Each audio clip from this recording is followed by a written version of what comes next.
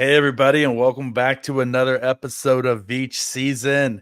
We are your guest hosts, Rocky Magaña and Kramer Sansone, filling in once again for the Chiefs General Manager, Brett Veach, who, as per usual, is occupied building a three-peat caliber championship squad and, reach out to us and ask us to fill in for him one more time. I'm starting to think that this one more time is just his way of saying that he doesn't want to do this, Kramer. That he like he wants the name, but he doesn't want the work. Like I question whether or not Veach is dedicated to the podcast when he just wants his name on the podcast, but he doesn't actually want to show up and put in the grind and put in the work to actually put the product on the airways like we do for him.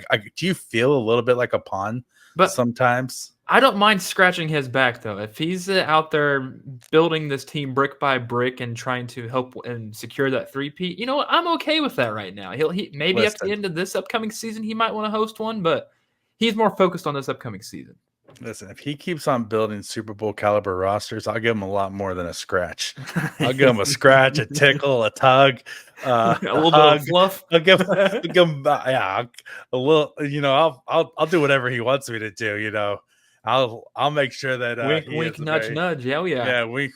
Yeah, no, I'll stare straight into his eyes when I do it too, so that he knows that I mean it and that I'm not doing it begrudgingly.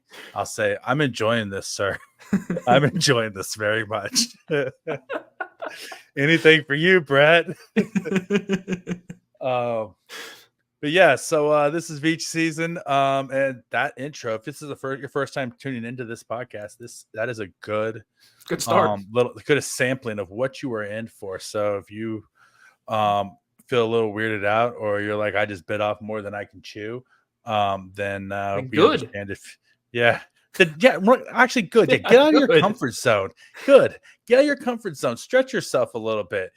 Everybody spends way too much of their life just being comfortable. For once, be fearless with your audio. You could be scared and you could be nervous in every other area of your life, in your work, your personal life, your relationships. But today, let's be daring.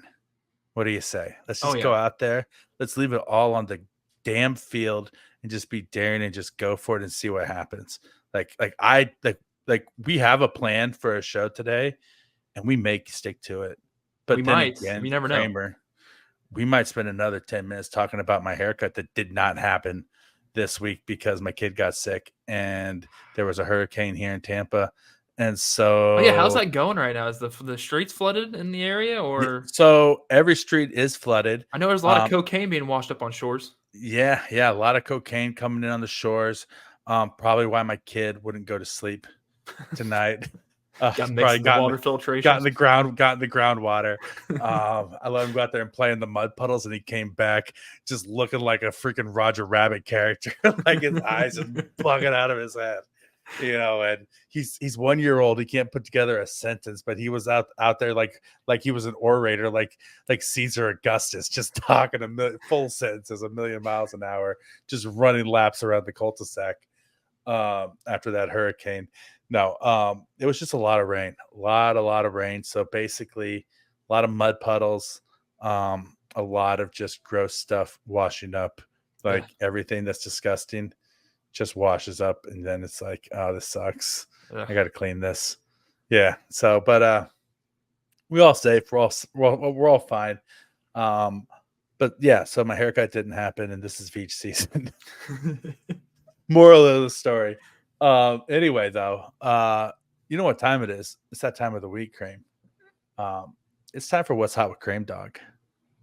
So I'll tell you what, Rocky, what's hot with Krame Dog today? Well, there was a lot of Madden release was going out this entire time last week, and it ended this past weekend. So there's a lot of ratings going out there. There's a lot of ratings I kind of agreed with, and a lot of them I didn't.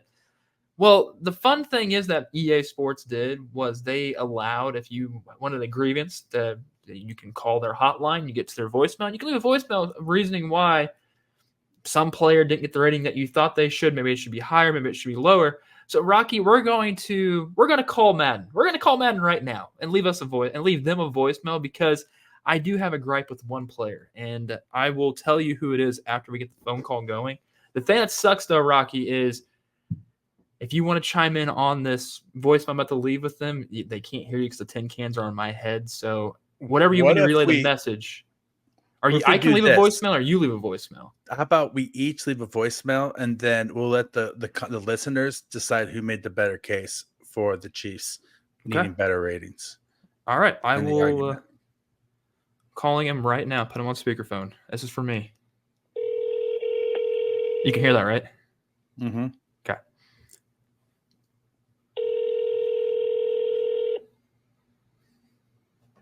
What if someone actually picks up? Why? But you better bring us some facts we haven't already considered. Otherwise, don't even bother.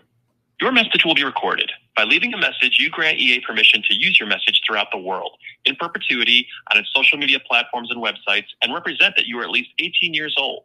You further agree that we may call you back regarding your message.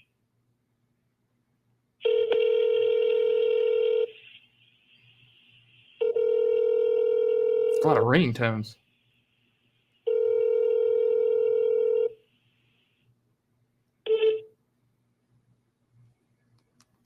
Was that the tone to answer this? I'm assuming.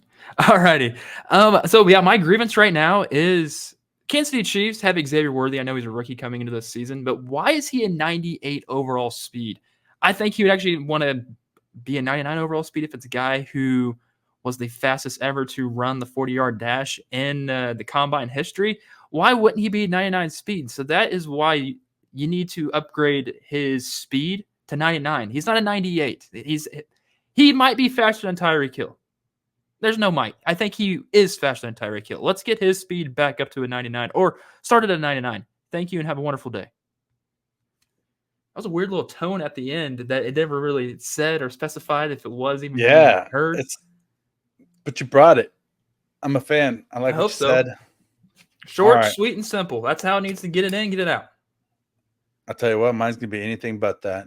Good. Mine's going to be rambling, contrived, and very complicated. Nice. Or we'll see. I absolutely, the Madden release this week was great. I can't wait for the game to actually come out. And by the way, if you're listeners to Only Foolish Club Media, if you like Madden simulation-esque type of content, Arrowhead Pride, I post them out not during preseason, but during regular season every single Red Friday. So if you like that type of stuff, I'm your guy.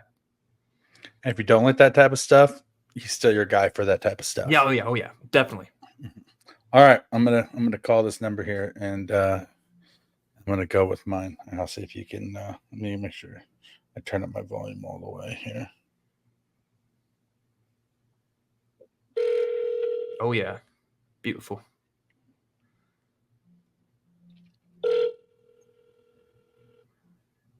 What if they don't pick up?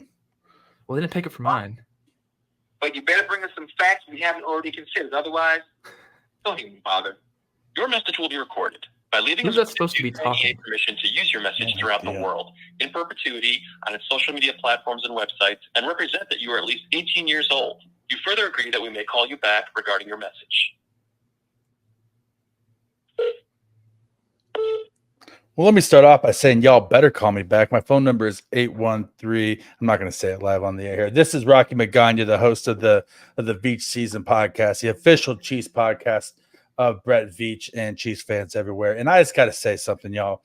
The fact that you guys have Mecole Hardman at a 76 is absolutely atrocious. Do y'all not believe in clutch ratings or anything like that, or the historical value of a player to a team? The man caught the game-winning touchdown in the Super Bowl. He is a two-time Super Bowl winning player with the Kansas City Chiefs. Caught the game winner, had a clutch punt return on special teams, and a 76. You don't believe in historical value to a player whatsoever. And on top of that, why isn't James Winchester, the best long snapper in the NFL, a 99 overall? What do you have against having a 99 long snapper? If there should be a 99 long snapper, it should be him. And did they hang up on me? They hung up on you? Oh, I'm calling back. They hung up on you, Rocky? Yeah, it hung up on me. I'm calling They back. heard, well, here's the thing. I wonder if since they heard long snapper, they don't have an actual long snapper group in Madden. Like for some reason, James Winchester set as a tight end. I don't care. I think Call him they back. didn't like that James Winchester. You better make sure you tell them I didn't But you appreciate better you bring hanging us up some on me. facts we haven't already considered. Mhm. Otherwise, don't even bother. Your message will be recorded. By leaving a message, you grant EA permission to use your message throughout the world, in perpetuity, on its social media platforms and websites, and represent that you are at least 18 years old. You further agree that we may call you back regarding your message. This is Rocky Magaña again, following my last message before you cut me off and hung up on me so rudely. The fact that you don't have a long snapper position also is just ridiculous. Like James Winchester is not a tight end. He's a long snapper. You should have a unique long snapping position. Are you guys new to this? No, you're not. You've been doing this for so long. James Winchester should be a 99 overall long snapper and should be a long snapper in the game. And why doesn't Harrison Butker have 99 kick power? He has the record for the longest postseason field goal in NFL history. The man is straight nails. He just got a contract extension today, which we're going to talk about on this show. Veach season, and baby. You know what? I got another gear to grind with y'all. While we're on the topic of 99 overall, why hasn't Chris Jones ever been a member of the 99 overall club? I mean, he should be a 99 overall. Turk Wharton should have 99 power. The man is the strongest man in the NFL. His thighs are literally the size of a school bus. Y'all got to get this right. I hung up on me again, but I feel like that was a good. I thought that was a very good one. The conviction in that was amazing. All right, well, we'll see what happens. We'll see if I hear back from Madden about it. Otherwise, maybe we'll just cease and desist. Maybe this will just be a new segment of Veach season where once a week we call Madden. Complain. We call Madden and complain to them about what's wrong with their ratings. Yeah, it's them Veach season boys. You know what happens once we get that juice in us. Once we get a little juice in us, we get all sorts of riled up. We get rowdy. We can't be held accountable now for the things that we're saying. That is what's hot with Krame Dog. Yeah, we're gonna call their gold bricking asses every week from now on. I just decided we pay them enough money. Yeah, I mean, who cares what they're gonna do? Block us or not? Just delete our messages. Oh, well, we're gonna offend John Madden football. Yeah, I mean, R.I.P. R.I.P. to the GOAT. I mean, even though he was a Raider, he was a good for nothing, dirty Raider. Hey, you take that back on John Madden. Hey, God rest his soul. He's a beautiful man, but I don't like him as a coach. Love him as a man, hate him as a coach. Great coach. Love him as a turducken connoisseur. Okay. No, All right, moving on. Guess what, guys? Our work has not necessarily paid off for me and Kramer. But we did get, but Foolish Club Media did get 3 5-star reviews this week, so we are very, very appreciative. Let's go, 3 5-star reviews. Let's go. All right, you know the drill. We get a 5-star review on Foolish Club Media. We're going to read it here live on the air, whether it pertains to us or not, whether it's good or not, whether it's anything you want it to be or not. Right. So we're just going to go with it right now. Looks like the very first one we got here for this week is from Curtis TX. You think that's Curtis in Texas, or Curtis, his last name is Tyrannosaurus Rex? I think his last name is Tyrannosaurus Rex. I'm leaning more that. 5-star review from Curtis Tyrannosaurus Rex left for us this past week. Title: Love this network. God, we love you too, Curtis Tyrannosaurus Rex. Heart hands, heart everything.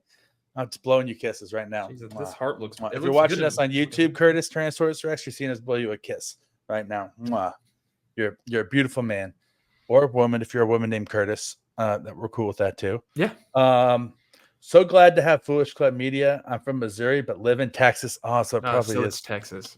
Yeah. Wow. What's the coincidence that his last name is Tyrannosaurus Rex and he lives in Texas? Dude, it's wild.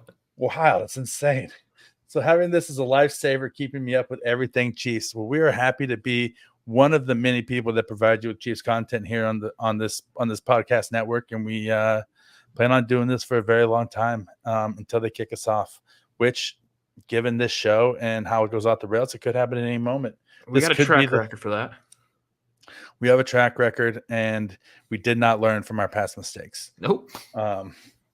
So there's that. All right, next 5-star review from Thank you, Curtis. Thank you, Curtis, from the bottom of our heart. Sincerely.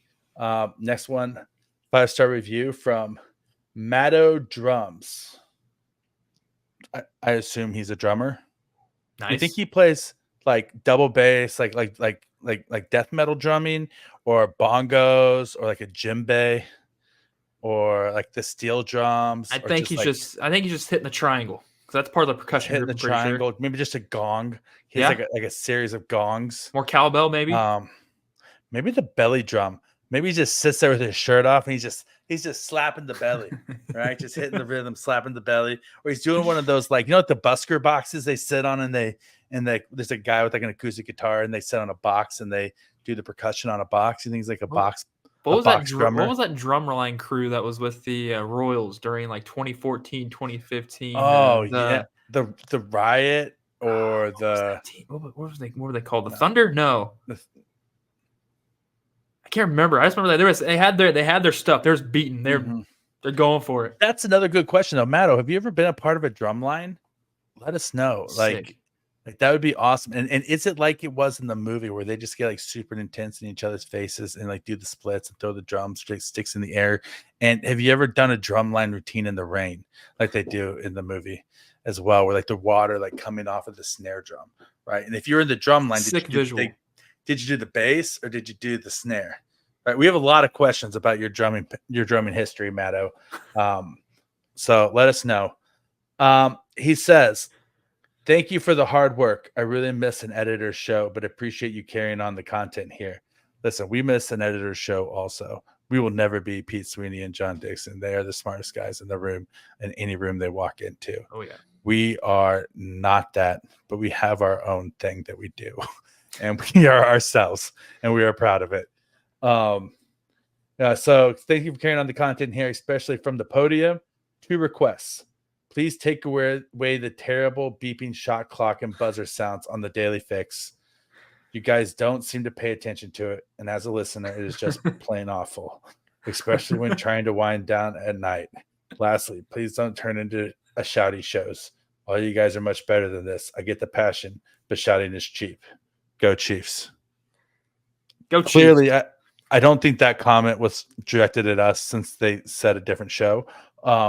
Which they were speaking of the show, Ron the show. Yeah, Ron the show, who we love. We love you, yeah.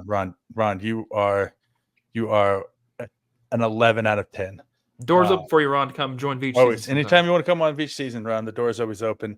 Your presence alone will probably get us at least double the amount of listeners. I do see, however, how a shot clock would not be good if you're trying to use the podcast as something to fall asleep to at night. Yeah. So first off, hold up. Why are you listening to Ron at night? Ron gets you fired up during the day. I couldn't go to sleep listening to Ron, or I'm going to run through a brick wall. You should fall asleep to Veach season. We're not going to, except for that whole marching band segment we're about to have here in a second, and the other one where we just we visit the local Kansas City Zoo. We tickle monkeys for an hour and a half straight. That'd be fun, actually. And we only play the audio of monkeys laughing while we tickle them. Other than that, this is a totally chill podcast that you can just play and fall asleep to at night. But Matto drums. I hear drum lining is tiring, and so I imagine after a long day of drum battles, you just want to like relax and go to sleep.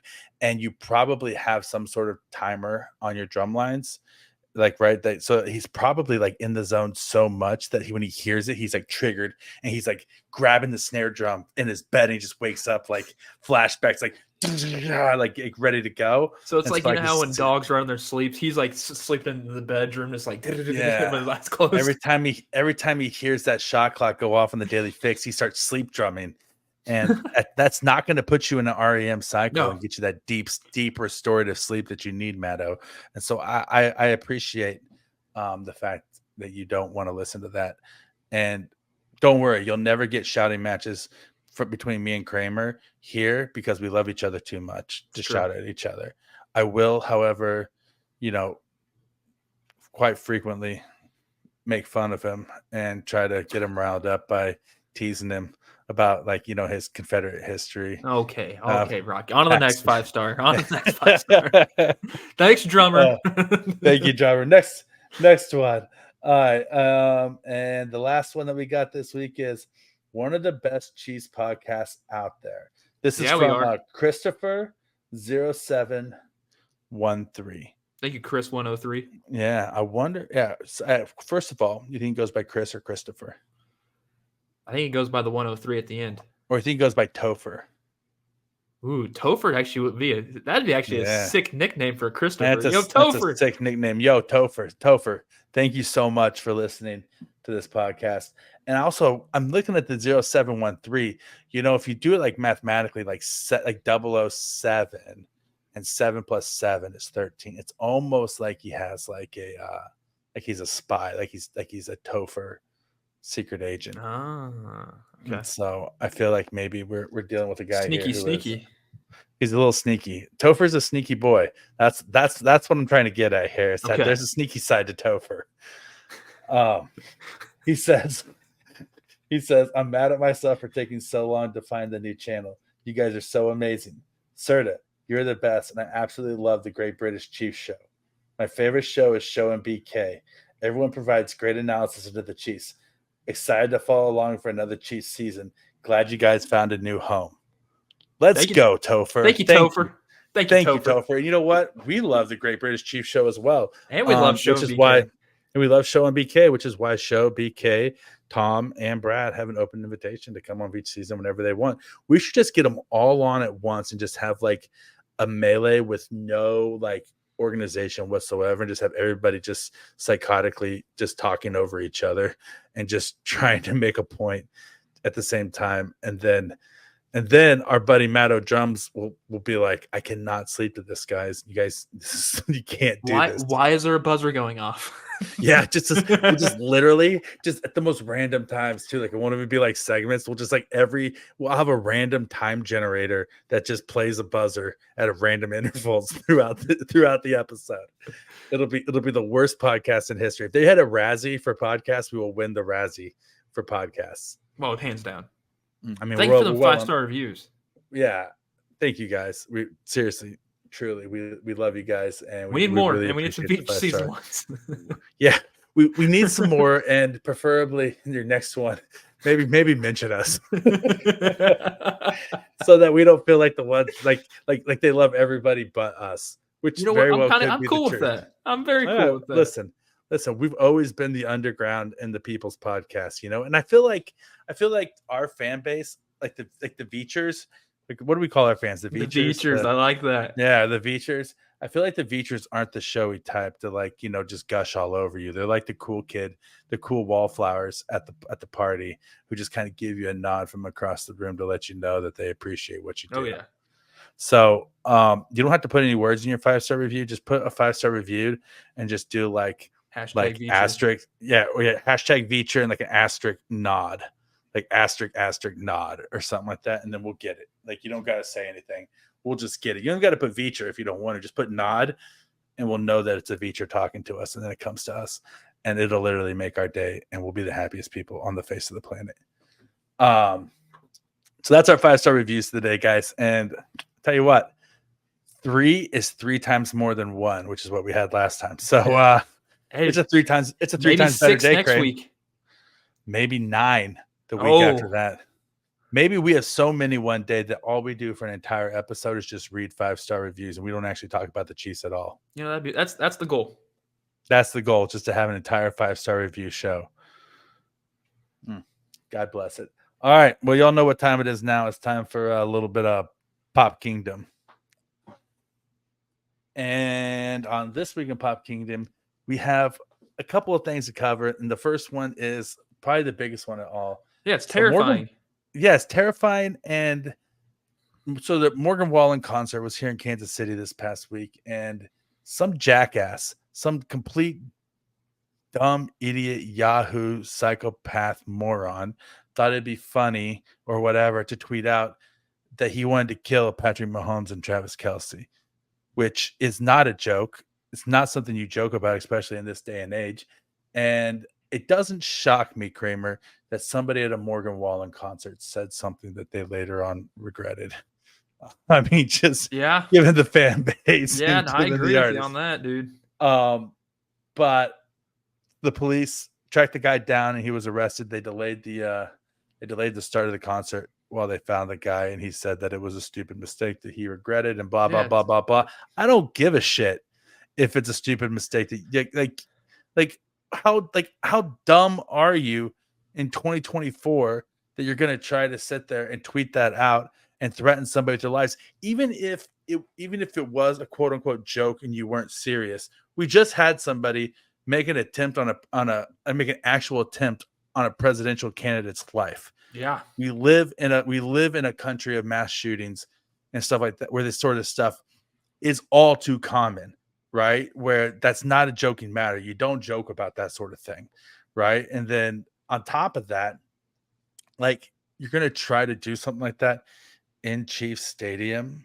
Like, you have to have a death wish if you ever did consider something like that, because you're not getting out of Arrowhead alive. No. If you try to take a shot at Travis Kelce and Patrick Mahomes in Arrowhead Stadium, right? And on top of that, even if you say you did, and say you got arrested, and say you went to jail, you think Taylor doesn't have secret Swiftie operatitives in the prison system that aren't going to shank your ass in the shower she's got the plants first inside the moment prison you system. get?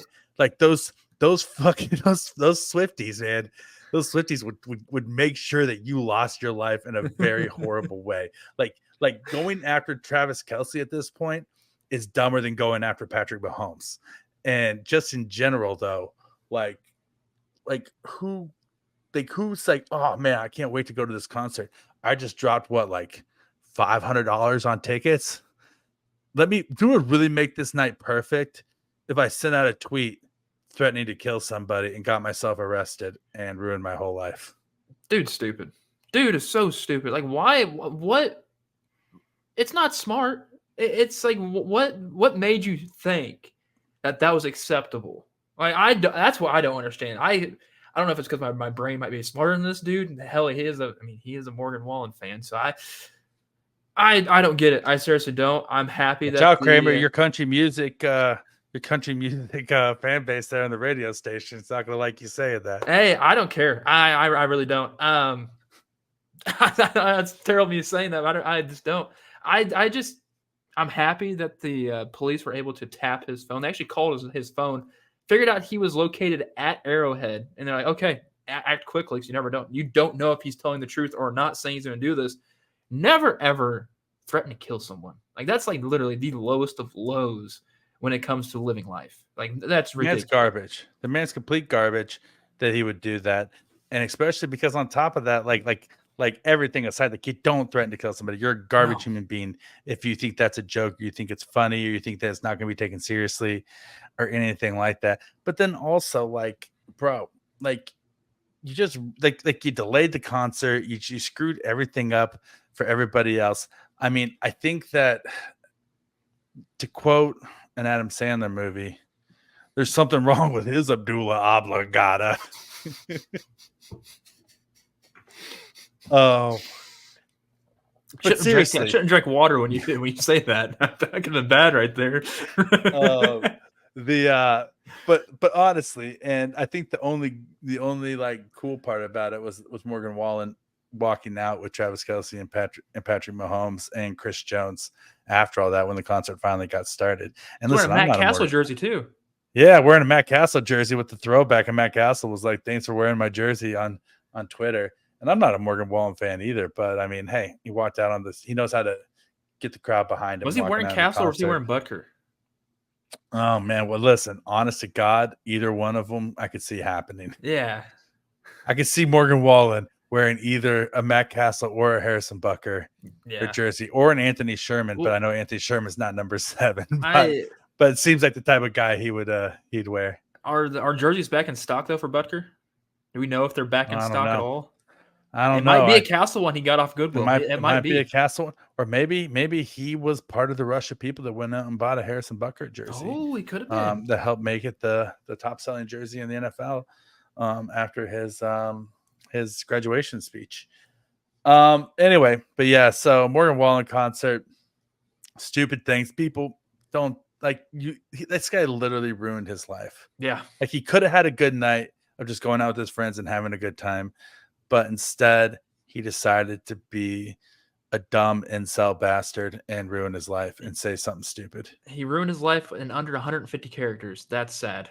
That's got listen. That's We're sad. ruining our life one episode at a time, but it's taking a whole lot longer than 150 characters, and we're not going to do it by saying anything as stupid as that guy did.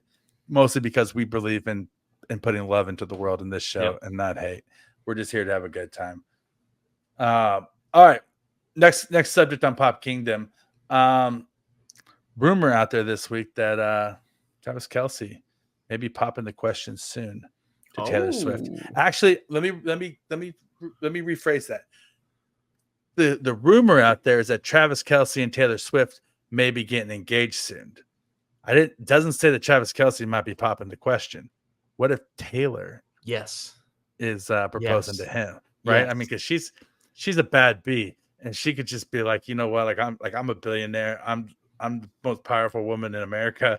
I'm just gonna go out there and I see what I want, and I'm gonna get it. I'm gonna take it, and I'm gonna claim that man. I think Taylor has every right to do that if she wanted to. I don't think Travis Kelce would bat an eye whether or not. I think he says yes automatically. I think he probably jumps for joy like how Taylor probably would if he would ask her. And as long as they're happy at the end of the day, I hope it gets done. I love. Hey, like we said, this show is all about love, and I love the fact. Like you know what? When's it gonna happen? Like where? When? I've daydreamed this. It's gonna happen during a Chiefs game. It has to. Halftime during a Chiefs game. Heck, you can even. I mean, I'm a wrestling guy. You remember when Edge and Lita, when Edge won the title and he had a live sex celebration in the ring? You know what? If they happen to do that on the midfield during a game sold out, go for it. I don't care. Layer down on midfield and just have his way with her. And just, just put the blanket make over Travis Kelce Jr. just right there in the middle of the field. Like a ludicrous song. Yeah. Well, Harrison Butker kicks the winning field goal. Yeah, dude. Yeah. Oh my gosh. I could that'd be great. I don't think it's an if, it's a win. Yeah. Time's a ticking. It's what it's worth. Travis Kelce's people said that he has no plans on proposing to her anytime soon. Well, no, because she's going to propose to you, Travis, and you're going to say yes, and she's going to get you that princess cut diamond that you've always had your heart on. What if he says no because he wants to propose? Then he's a damn fool. Yeah, he fumbled the bag if that's the case. Yeah, I mean, to quote Meg Ryan in the original Top Gun, unless you are a fool, that boy is off the market. Only it's a girl in this instance, because she is 100% prime time in love with you. Yeah, it's there is no like if Travis Kelce ever wanted to get married to a woman, if Travis Kelce ever wanted to have like a legit love story and a family, then this is it. Like, obviously, he can have any woman he wants, and he can get married to whoever he wants. And he can be like George Clooney, getting married when he's 50 if he wants to. Yeah. But, bro, this is like a fairy tale ending. You're never gonna do better than Taylor Swift. Like, you're never gonna do better than Taylor Swift. But what if it's Halle Berry? Bro, you might do better than Taylor Swift. Halle Berry. No. I don't even think that Halle Berry is better than Taylor Swift. It's like a lateral move at that point, right? I don't know who would even be better than Taylor Swift. I don't know either. I don't think there is a better than Taylor Swift. Like, there's a lateral move from Taylor Swift, but there's not a better. I got nothing. Taylor Swift, like, unless he marries Patrick Mahomes. Like, if Travis and Mahomes' bromance turns into a romance and they run away together, and I mean, I'm sure that there would be a lot of people who didn't like it, like Harrison Butker, but I'm sure Butker would have something to say about it at the next college graduation. But other than that, I'd be about it. But unless Kelsey's going to run away with Mahomes, I don't foresee him ending this love story any other way than marrying Taylor Swift, unless he somehow fumbles the ball and screws it up, right? And just say yes, Travis. Just say yes. Just say yes. It's not hard. Just say, when she gets down on one knee, say yes. And then whatever ring she hands you when she opens that box, say, oh my God, that's the ring of my dreams. Because guess what? Any ring she puts on your finger is the ring of your dreams. Yep. That's what it is. The ring that's from her is your dream ring. If you So- like it, then you should have put a ring on it. Yeah, and she's gonna do that soon. I can't wait. I might cry when they get engaged. I'm not gonna lie. It's gonna be a beautiful thing because we love here at Beach Season. Amen. All right. Last Pop Kingdom topic today. Mahomes is having a baby girl. So that my dreams of Bronze having a little brother who also plays on the Chiefs are over, dead, and done with. But that's okay because now my dreams of both of Mahomes' daughters playing for the Chiefs are alive and well. I think that all three Mahomes children should play for the Chiefs. I think that Sterling will be a place kicker. Bronze will be quarterback, and this new baby, whatever her name is, platinum, diamond, whatever, she'll be our punter. Iridescent. And we'll have iridescent. Yeah, whatever her name is, Quattro. Old Quattro Mahomes will be. I think slot receiver. Yeah. Well, slot receiver would be cool. I mean, listen, after watching, oh my gosh, hold on. After watching the women's rugby team win That the was GD sick. bronze medal with 30 seconds left on the clock and effing She trucked used that hit stick, dude. holy shit. I'm just fucking trucked that Australian chick and just like, oh my God. It just ran right over her and then just broke away. And then you saw the getaway Australian speed was women's team, nuts. the getaway speed, like 99 speed. Like, hey, Madden, put her in the game and give Yeah, her no kidding. 99 speed and 99 hit stick. Holy shit. And just pulling away and watching the Australian team just crumble and not even like they just stopped running after her at one point and they just fell to the ground and started crying because they saw their dreams of a medal just go into just poof into ashes and flutter away. And then seeing the celebration, the elation and the joy on the US team's sideline. And then to see them like freaking out, like, shut up. We have to convert the kick. They didn't have a kicker on their team. They didn't carry a kicker. And so like that conversion was not a gimme. But guess what? They got Clutch. it done. They got it done. They got it done. I have never felt so happy and felt so happy for a team of athletes in my life as I did for that bronze was worth 10 Michael Phelps golds in my mind, right? And just watching it, it was so cool. It was such a cool moment. There have been so many great moments in this Olympics in general. I've been glued to the screen. I mean, like the 4x100 relay holding off China to get the gold. There's been like Noah Lyles, getting the gold medal in the 100 meter dash by 0.1 seconds, like a forehead's length. I mean, but nothing tops the women's rugby team so far. That's like one of the greatest sports moments that I've ever seen. We finally medaled in rugby. 30 seconds left on the clock as time expires.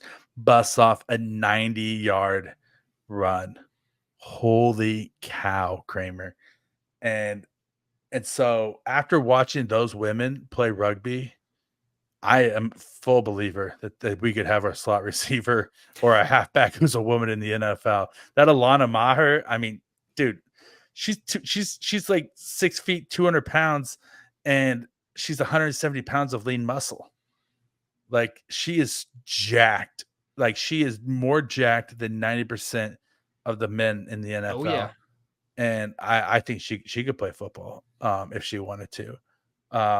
And so that being said, I think that you're right. Maybe old Quattro Mahomes will be a Third kid slot we call him receiver. Quattro. Makes sense, Rocky. Well, because bronze is 3, bronze is the 3rd, Sterling is silver, and she's the 2nd, right? It's a quartz. And then it's bronze, and so Quattro is 4th.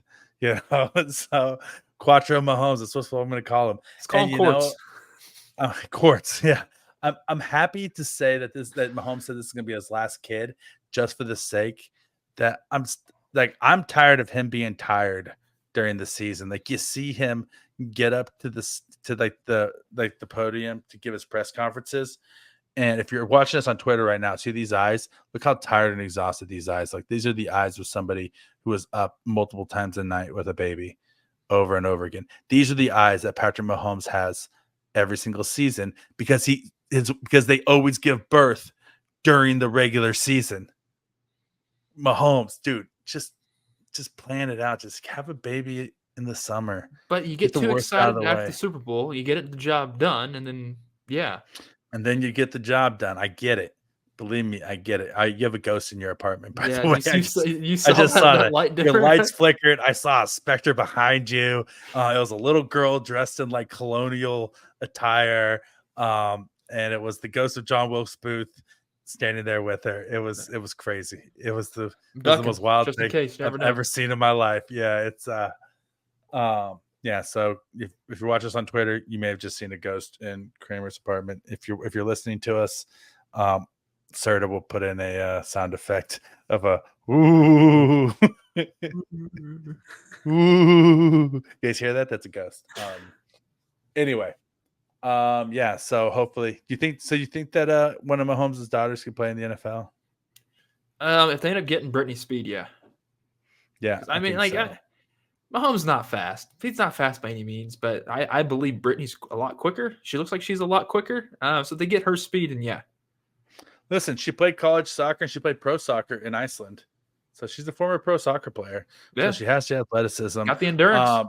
They gave Sterling, Texas Tech gave Sterling a full ride scholarship to play women's soccer, like when she was an infant or like still in utero, I think. So I don't know how long it's going to be before they give a full ride. They probably already given one to Bronze to play football, and I'm sure that Quattro's full ride is coming soon to play whatever sport she wants to play. Can we sign them to NIL deals right now? I would. If I was Gerber, I'd be signing those babies to like NIL deals all the time. Like if you can have an NIL deal in college now, and can you have NIL deals in high school? I won't see why you couldn't. I mean, there's probably some sort of legal action why you couldn't pay a high schooler, because you also got to think some high schoolers will want jobs. You can't work past 7 o'clock if you're under the age of 15. So, but think about Disney Channel, like child actors. Oh, you're right. That's a good point. There's probably some child actors guild that they have to where it's like kind of like the Players Association in the NFL. There might be some rules to that. Like, how long do you think it is? Like, if LeBron James came out now, I feel like he would have like an endorsement deal in high school. He would have gotten one, because of how good he was in high school. Like what's stopping besides just not thinking the guy is marketable enough, like an athlete that's marketable enough? It was the exact same thing what the college did with their players. It's literally it's the high schools. But is it? Well, I guess it's also probably the sports too, because Katie Ledecky, I guess she was on a Wheaties box when she was like 15. Yeah, right? That's true. You're right. So I mean, so she had endorsement deals as a teenager. So I'm sure a lot of it has to do.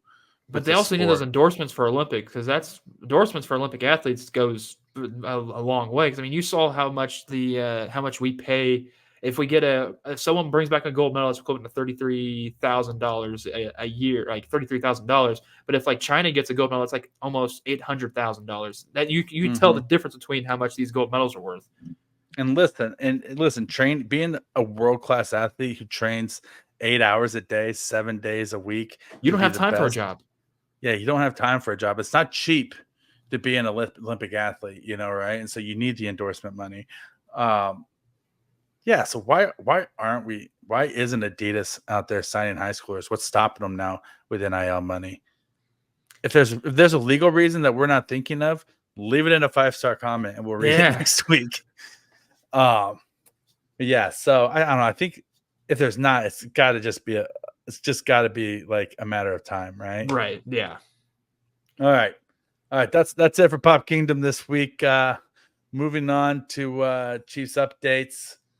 So we teased it a little bit earlier in the program, and Harrison Butker gets a 4-year extension, becomes the highest paid kicker in the NFL. 4 years, $25+ million. It's a lot of money to pay a kicker, but he's also been nails in the playoffs. Listen, you cannot agree with his political stances. We live in a free country where the reason why we have freedom of speech is because not everybody's going to agree with each other. We have freedom of speech so that you don't have to agree with each other. Yeah. Right. And that's the whole point. And I'm a Chiefs fan first and foremost. I like to, honest to God, like, sorry, newsflash, I care more about the Chiefs than I do U.S. politics. Yeah. I mean, that's where my priorities lie. And so whether or not on a personal level, I see the world the same way Harrison Butker does, which I don't, or I agree with the things that Harrison Butker has said, which I don't. If he's kicking 70-yard field goals, I'm cheering for him during the game, and he makes the Chiefs better. He locks up the Chiefs kicking game from a place kicker aspect for the foreseeable future. But Harrison Butker's job got so much easier now that he's not doing kickoffs. Like, all he has to do is worry about drilling place kick, like just drilling field goals now. He's like, he has to work half as much time and he's making twice as much money. Like, that's the American dream right there. Twice the money for half of the work. Just make sure you're locked in though, because I mean, don't get complacent. Always push yourself, Harrison. That's always the goal too, and just get your accuracy down. And he's one of the better accurate kickers. Because what was it 3 years ago? I always thought, this is it. This is the game Butker misses. This is the game that it's going to go down the wire. He's just going to miss it, and that has yet to happen. So, like, I'm happy the fact that he's still being consistent with how his accuracy is, because he's a damn good kicker. It'll be interesting to see who his holder is, right? If it's Right. if it's going to be holding his balls. God. Yeah, if Punk God's going to be holding his balls or not, and if Dustin Colquitt approves of how Punk God holds Harrison Butker's balls, because Dustin Colquitt had a lot to say about Tommy Townsend's ball holding ability and his ability to hold Harrison Butker's balls, and so we'll see. So that is something to be to keep an eye out for, though. In the mechanics of it all, is that one of the a place kick is like a three like part machine, right? The first part is the snap, second part is the hold, third part is the kick, right? Mm-hmm. And you just replaced the middle part of that 3-part machine, and so there may be some bumps early on with them getting that down, but Harrison Butker's nails. He's worth every penny that you spend on him. So it makes sense. It makes sense for the Chiefs to do it, especially when they're spending pennies on a punter right now. They let Tommy Townsend walk, and they have Matt Araiza on an undrafted free agent. He's booting him at camp. Mm-hmm. Yeah, well, there's a reason why they called him the Punk God. I mean, so the Chiefs. The Chiefs got a deal. They got a deal there for we won't talk about that situation, but he's a Chiefs punter and he's on a cheap contract, and it freed up money for them to spend on Harrison Butker. And James Winchester, I think, is the highest paid long snapper in the NFL. As he's deserving. Could be a 99 overall. Yeah. Madden. He should actually have his position in Madden. Yeah. Still stupid. They don't have long snappers in Madden. It's a position group. I can set my playbook to pick who I want as my center and my long snapper. Madden. Do better, man. NCAA has been fun, though. I ain't gonna lie. Yeah, well, I mean, it's the better game. I mean, let's be honest. I mean, it always was. Yeah. It always was, and it always will be. All right, moving on. Let's talk about a little camp updates here. All right, so this week in camp, a lot of things have been happening. Our buddy our friend of the show, Ron Kopp Jr., lead film analyst over at Arrowhead Pride, and also editor Pete Sweeney over at Arrowhead Pride have been sending out their daily update and threads on Twitter. If you haven't been checking them out, you 100% should, because they are getting you all the information that you need about what's going on at camp on a daily basis. And talking to Ron and hearing, it seems like Kingsley is getting Kingsley Suamatia, Chiefs second-round draft pick, rookie left tackle, is getting all of the run with the ones right now. Like as they ramp up to their first game, it looks like he's going to get the first shot to be the starting left tackle in the Chiefs' first preseason game. And Wanya is running primarily with the twos. That being said, when they come into a jumbo set and they bring in a sixth lineman, Wanya is the first lineman off the bench. as a sixth lineman in those sets, and and according to Ron, he's looked good. He's looked good in camp. Like they both had really good hand placement, but the difference is that Kingsley on stretch plays or when Kingsley needs to kick out and block on the move, right? And like whether it's like a sprint out pass or like a outside run, that Kingsley just explodes into space and he just covers so much ground so quickly. He's just such an athletic offensive lineman. He just gets out there so fast that it's just a whole other level. And his hand placement was an issue. Like, so coming out, his hand placement and his hand fighting, he had a hard time latching on to guys. He just kind of like clubbed and pawed at them in college. And that was the thing that really took him off of a first round grade for me, because he just never was able to really get his hands on guys and lock them down. And he's improved at that drastically in training camp. Getting in there with the Chiefs coaching staff has been huge to him. He always had all the tools. It was just going to be, could he put it all together?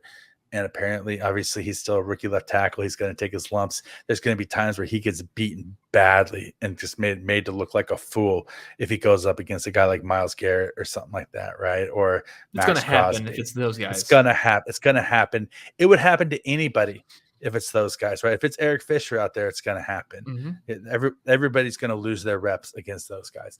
But on a down-to-down basis, I think they believe that Kingsley Suamataia gives them the best chance at left tackle, and they want to get him developing sooner rather than later, it looks like. And this isn't a slight towards Wanya Morris at all, even if he does win that starting tackle, because Wanya would be a good swing guard, a good swing tackle. Like, he's going to be needed a lot on this offensive line, because they play 17 games, 18-week season. Someone's going to get hurt. Like, it's going to happen. And it's good you having a guy who has been able to come off the bench and also help in his career, which is Wanya Morris's career has been. He's been a guy that's been coming off the bench just to fill in. This is good for him, I think. And he may not be your starting guy. He may never be a starting guy, but he might work towards it later on in career. I mean, we see with Allegretti, with other names, Andrew Wiley. We saw those guys have just been storied backups here in Kansas City and maybe gone off to do better things. But if that's how it's going to be right now, so be it. Enjoy it, embrace it. But Kingsley Suamataia he's the guy. He's your week one starter. Nick, if anybody has a career in Kansas City like Nick Allegretti, then that should be something to aspire to, because Nick Allegretti is a Kansas City hero. The Chiefs don't win their last Super Bowl without Nick Allegretti's heroics. That man that put a statue of Nick Allegretti in front of Arrowhead, as far as I'm concerned. The man is a complete and total stud. Yep. And so there's nothing wrong with being the sixth lineman on an offensive line like the Chiefs have, especially where it's so talented. That also being said, Justin Watson returned back to the field a little bit this week. So did Jalen Watson and Nazeeh Johnson. Welcome back, Nazeeh boys. Johnson. Yep. Nazeeh Johnson is running with the twos right now, but I would expect him to get a little bit of look with the ones. I think in a perfect world, Steve Spagnuolo wants Nazeeh Johnson to win that job. You think so? But he can't stay on the field. I think so, because he just always talks about Nazeeh Johnson's physicality and his man coverage ability and his athleticism. I think he likes what Nazeeh Johnson brings to the table. And if you watch Nazeeh Johnson, he's the guy who plays the most like L'Jarius Sneed played.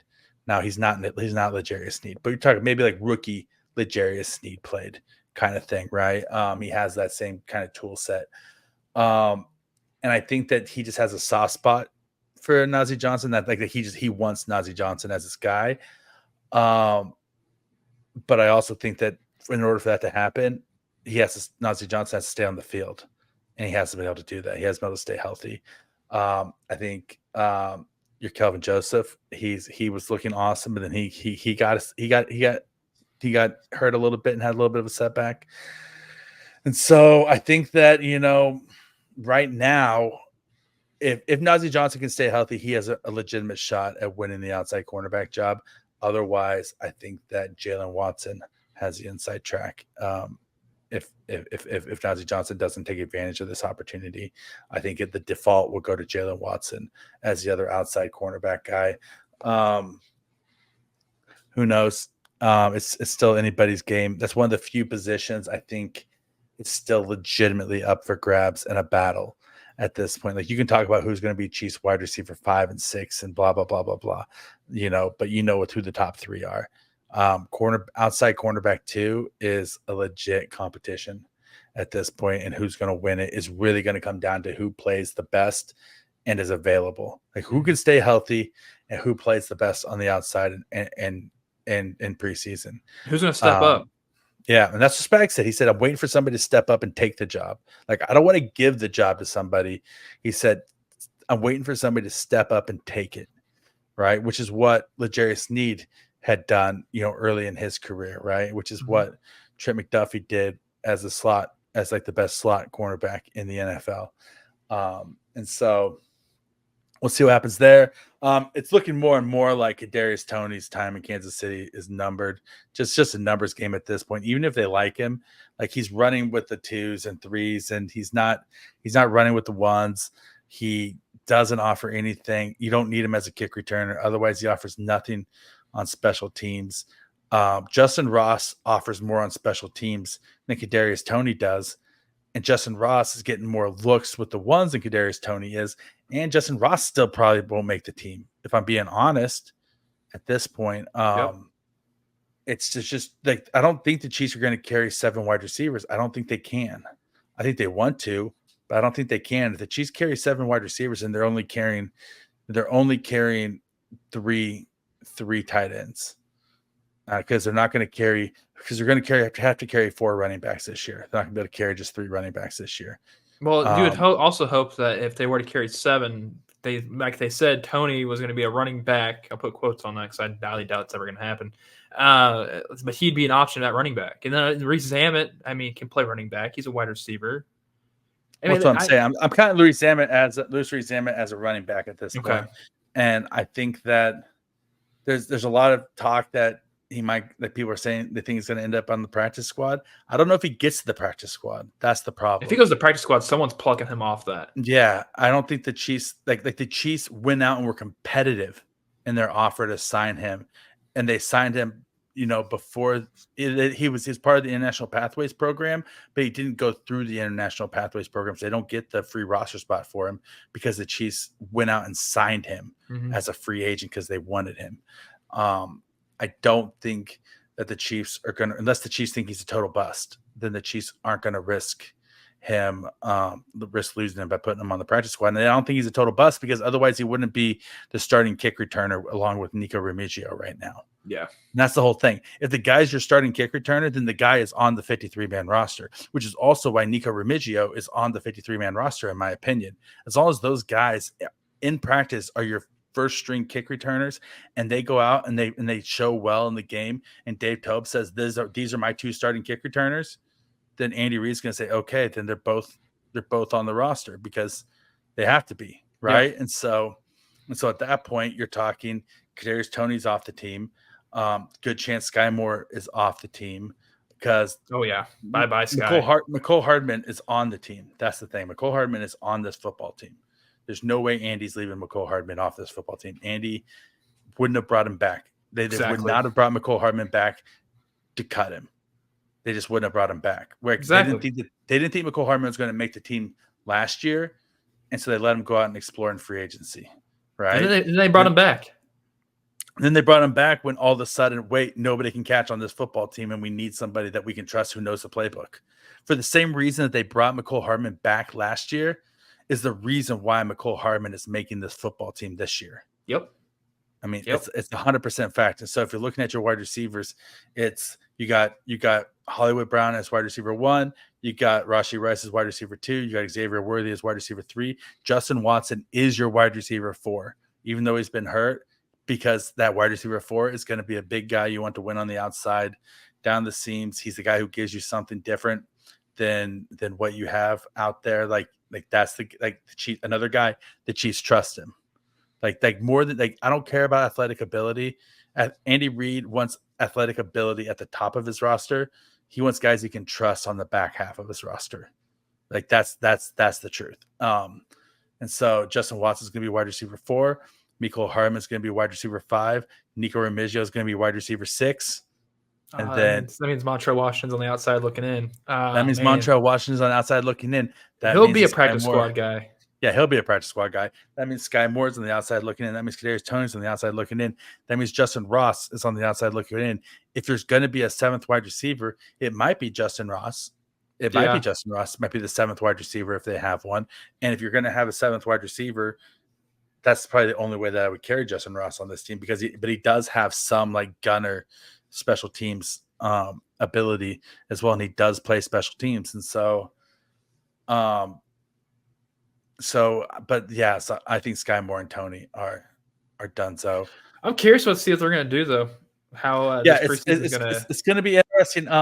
It's going to be interesting, especially because Ron was saying that the Chiefs are using a lot of multiple looks on defense when he was on the show, right? And then he was out of camp this week.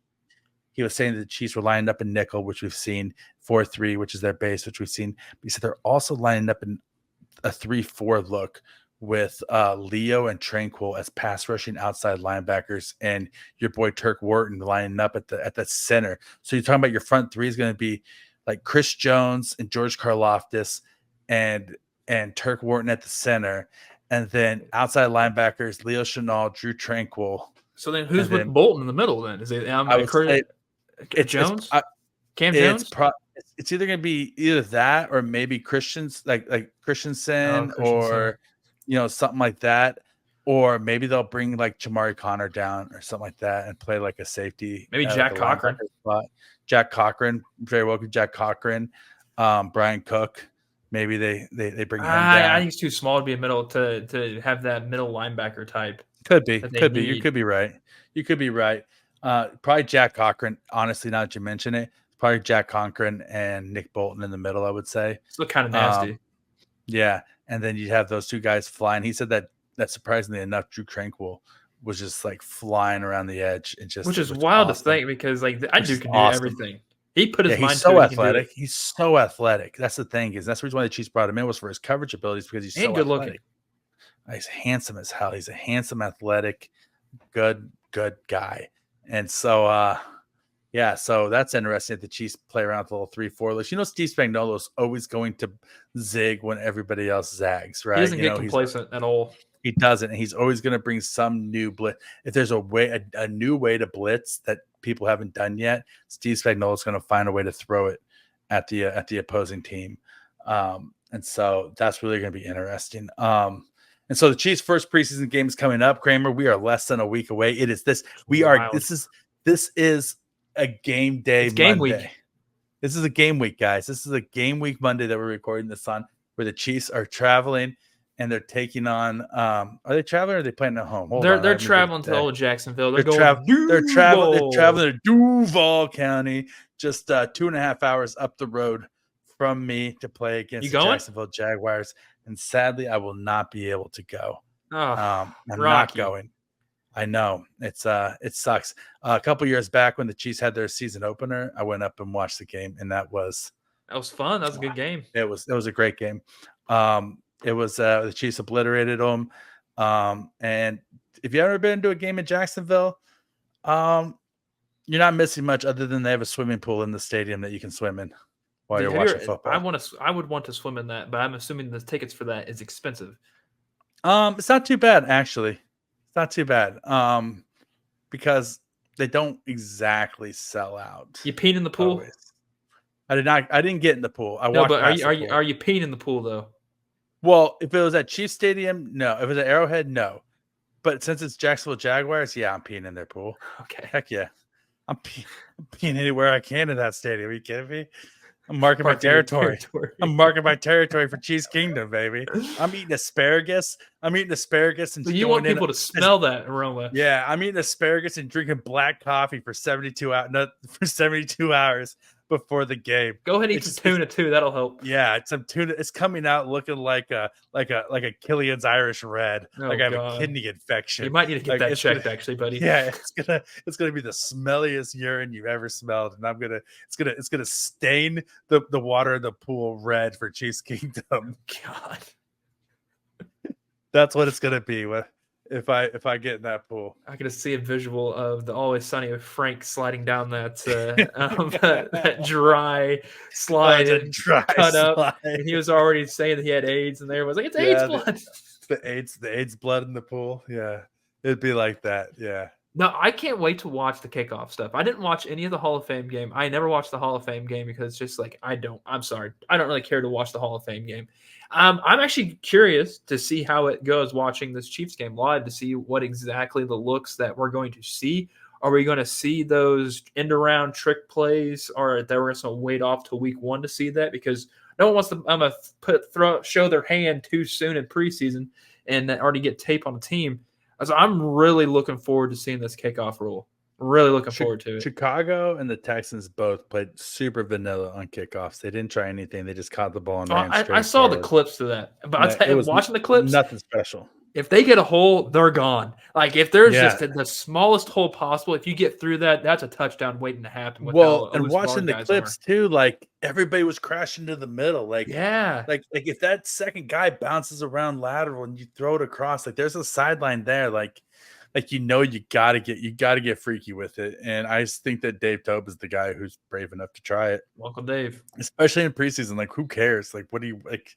Like, we're not the Baltimore Ravens. We don't care about winning in the preseason. Like, it doesn't matter. Don't they have an undefeated streak going? Yeah, then they're so proud of it. Like, who the hell cares? Hey, it's their Super Bowl.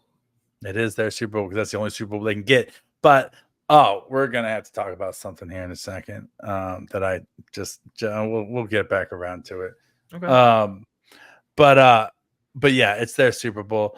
And also, just speaking of this, just really quick on the Hall of Fame game, like the fact that Caleb Williams didn't play, in my opinion, is super dumb. He's QB1. He's not playing. No, it's stupid. Okay, give me your argument for why Caleb Williams shouldn't have played in the Hall of Fame. He could have gotten hurt. He's a rookie quarterback who's never played a snap in the NFL. If he's your starting quarterback, then he needs reps. If he's taking a redshirt year, then he needs reps. If he's in a position battle, then he needs reps. There's no scenario where the guy doesn't need reps. I mean, that's fair, but he's also. You think that Caleb Williams is ready to be a starting quarterback in the NFL? I think he's gonna be a bust in the NFL. But you already knew that. I don't see. Listen, I understand that they're playing scared and they don't want to get their starting quarterback injured, and he's the future of their franchise. And if he goes down and gets injured, that everybody's getting fired and everybody's playing scared and trying to save their jobs and yada yada yada, which is why they went for broke. Yeah, and listen, he's got to be somewhat good if they sign DJ Moore to that extension. So they at least see something in him in camp. They do. They see something in him.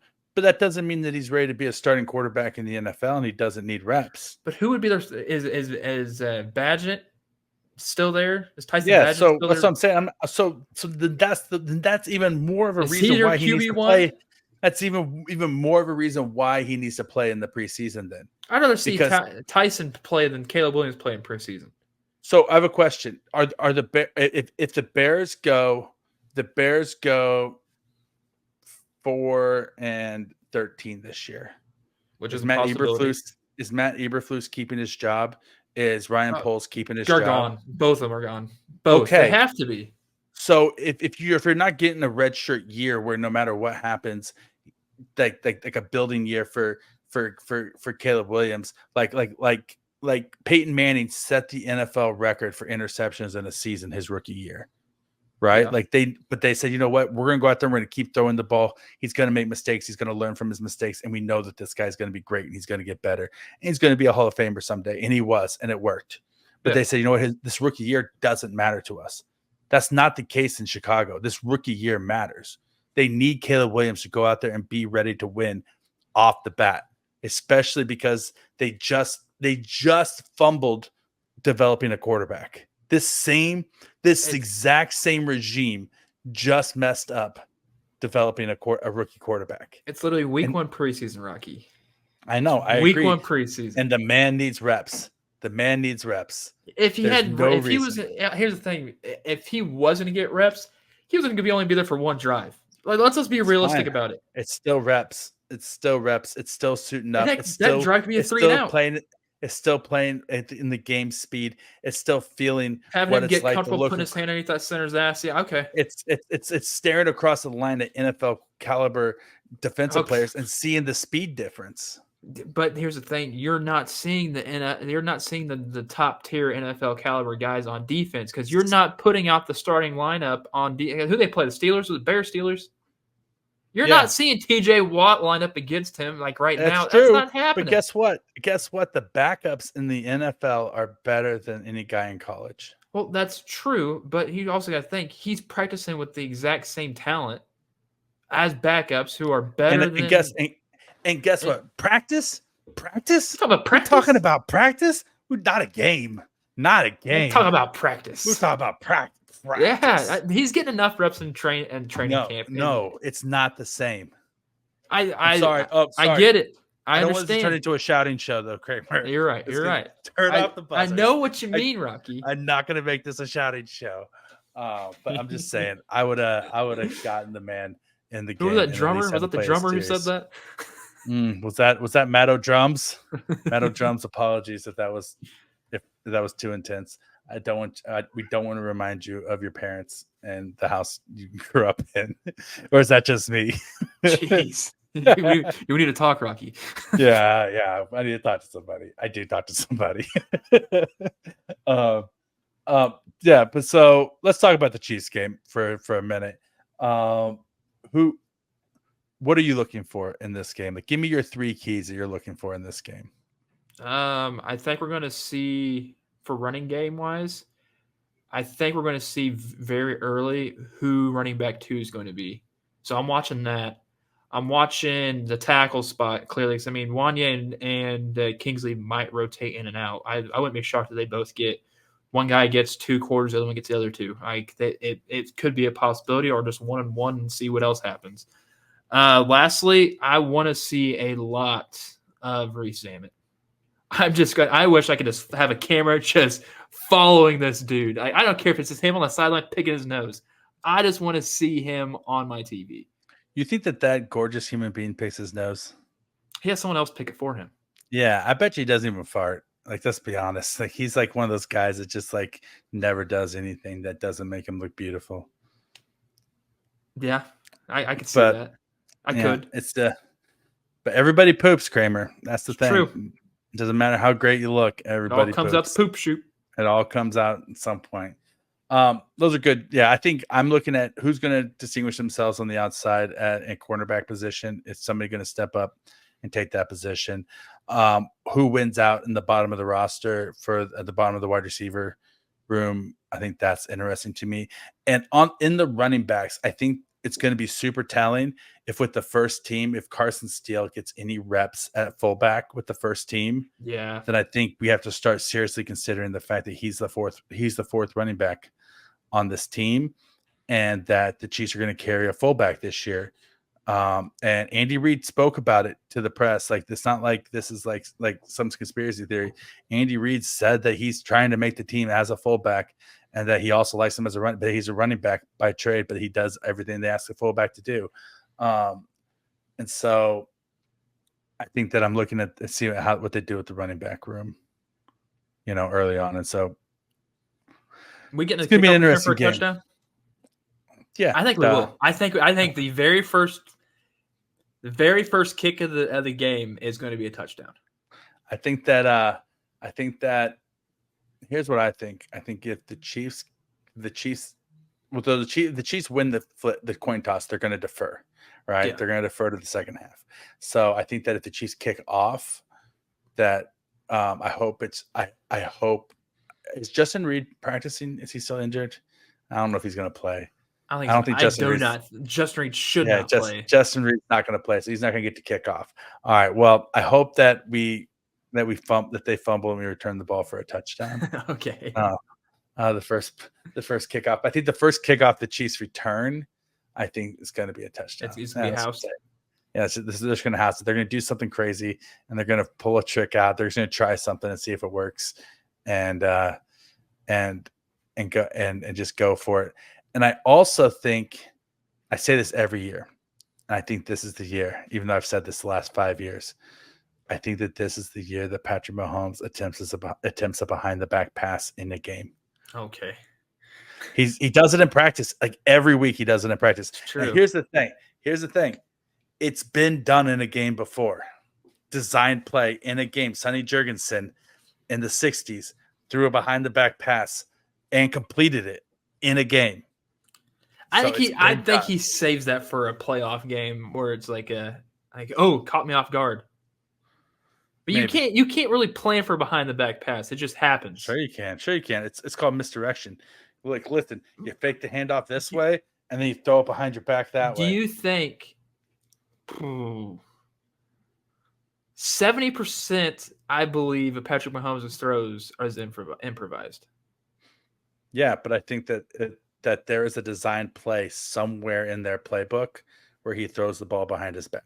I bet. Man, we'll see. I guess we'll have to see. I guess we'll have to see during this preseason game. In that stack of index cards that him and Andy Reid draw up every single offseason, that there's a design play where he throws it behind his back.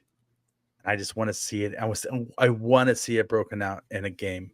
And I think that if they're going to try it in a game, they're going to test run it in the preseason. Yeah. And so who knows? Last thing I want to talk about before we get out of here is really NFL. Patrick Mahomes at number 4. Oh boy. Patrick Mahomes at number 4. Oh boy. You put Lamar Jackson above him. You put Tyreek Hill above him. That's bulletin board material, dude. Like do you like this is like, honest to God, this is the conspiracy theory right here, is that the NFL knew it would piss them off and they did it on purpose because they want to see Patrick Mahomes three-peat.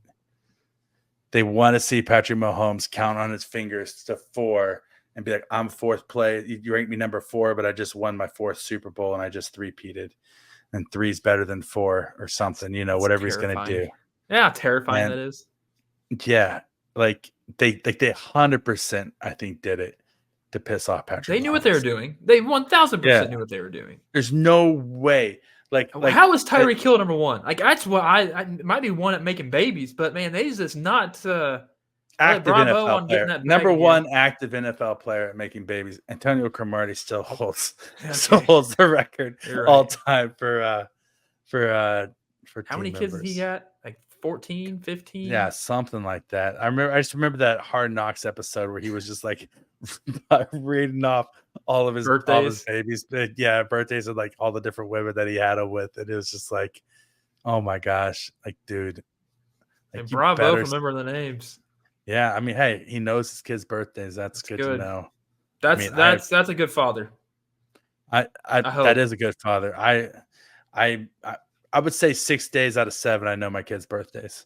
Every 7th day or so, if I'm really tired, I'm like, oh. Is it really that day? I wake up next day. It is. Yeah, it is. Okay, I think it is. And what's worse is that there's like a picture in our hallway in our house that has like each one of my sons like picture with like their birth dates on it. So like literally, I pass. So you have reminders every day. I have it literally like 100 times a day. I pass by a reminder of their birthday, and at least once a week I'm like, what's their birthday again? Like it's bad, and so I forget my own age though sometimes too, so yeah, I'm always like 32, sure, somewhere around in there, give ballpark figure, give or take a decade, plus minus one of the two. But yeah, like NFL, you 100% knew what you did, otherwise you're stupid. And I know people have kind of come back and said that like players don't take these lists seriously and they don't yada yada yada. They take it seriously enough that Chris Jones, when he's being interviewed, is like, yo, what number am I? And Tyreek Hill's like freaking out saying he wants to be number 1. And so Tyreek Hill got what he wanted. You make a big production out of it, you put your name on it, and then you sit there and say that the ESPN named Patrick Mahomes the best male athlete in the world, but you're saying he's the 4th best athlete in the NFL. Yep. Shame. I'm gonna pull out that Hannah Waddingham gif of her in Game of Thrones. Shame. Yeah. Shame on you, NFL. Shame on you, Roger Goodell. You mafia. Yeah, for allowing that. Seriously. Yeah, for allowing that. It's not hard to know that Patrick Mahomes is the best NFL player right now to this day. Yeah. And while we're talking about why the NFL offices suck as the NFL, like getting the NFL Sunday Ticket lawsuit overturned because the judge overturned the NFL Sunday Ticket lawsuit because he said that there was no logic behind the amount that the jury came up with, even though the two expert witnesses they said one expert witness said it could be like 47 or 400, like whatever, what was it, $4.7 billion. The other one said like, no, sorry. One expert witness gave a number of like $3.7 billion was like the amount based upon their calculations. Another one says $7.9 billion. Jeez. And So the broad. jury came back with 4.7, but the judge didn't like the calculation that they used, and so he threw out the entire case. But the calculation that they used was, they said, this is how much like Sunday Ticket should have been based upon like market research. This is how much DirecTV sold it for. This is the difference. And we multiplied that by the number of subscribers, and that's how they came up with 4.7 billion. And the judge goes, that amount is indefensible. Sounds right, though. You know that he's in the NFL's pocket. Yeah. And the NFL was like, finally, a day of justice has been served to the NFL, who was persecuted unjustly in this case with an extreme number that made no sense and blah, blah, blah, blah, blah. And the NFL was talking like they were just like a wrong had been righted against them. No, like it should have been $7.9 billion, because the fact that it costs $333 plus an $80 a month subscription just to watch your team play football is stupid. It's ridiculous. It's stupid. It makes it's ridiculous. I don't seek to go out and further because it's so expensive. Like I can barely afford to keep these lights on. Like, do you think I'm gonna like want to pay for that? Like, no. Being a fan that lives out of market, it sucks. It sucks. It sucks, and the NFL sucks for doing it, and Sunday Ticket sucks, and Google sucks for perpetuating it on YouTube even further. Like, it like, should be. I know your feeling when trying to watch out of market games. Trust me, I know that pain. Oh yeah, of course you do. Of course you do, until the Chiefs win the Super Bowl and you become a Chiefs fan. I just want to mention that again. Yeah, it's stupid. It sucks, and there's no reason why there shouldn't be a team-specific package. You shouldn't have to buy the entire NFL. No, right? Like, if I want to watch the Chiefs out of market, I should be able to pay you $100 to get the Chiefs games. Because I want to pay for something and have to watch a Carolina Panthers game. Like, I'm okay. Like, I do not want to have to. I pay for it. Might as well watch it. Oh yeah, I guess I'll watch Panthers versus the Commanders this week. Hey, wow. I don't mind the Commanders. I hope Daniels actually has a good season. Well, fine. I hope I don't have to watch the Raiders versus the Raiders versus the Titans this week. Okay. Yeah.